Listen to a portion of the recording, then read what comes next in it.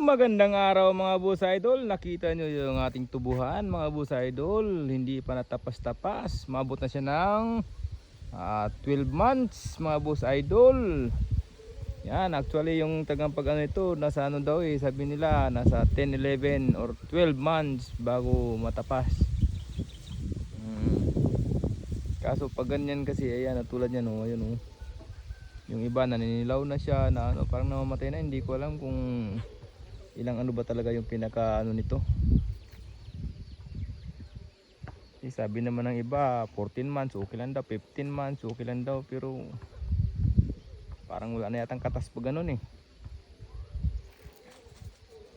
Ayan nakikita nyo, ayan, hindi pa natapas yung aming tubo mga boss idol.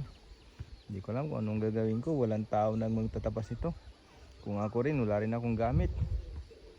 Ayan, hirap talaga ng buhay pag ganyan. Wala kang sasakyan pangkarga, wala ka ring gamit, walang magtatapas, wala kang tao.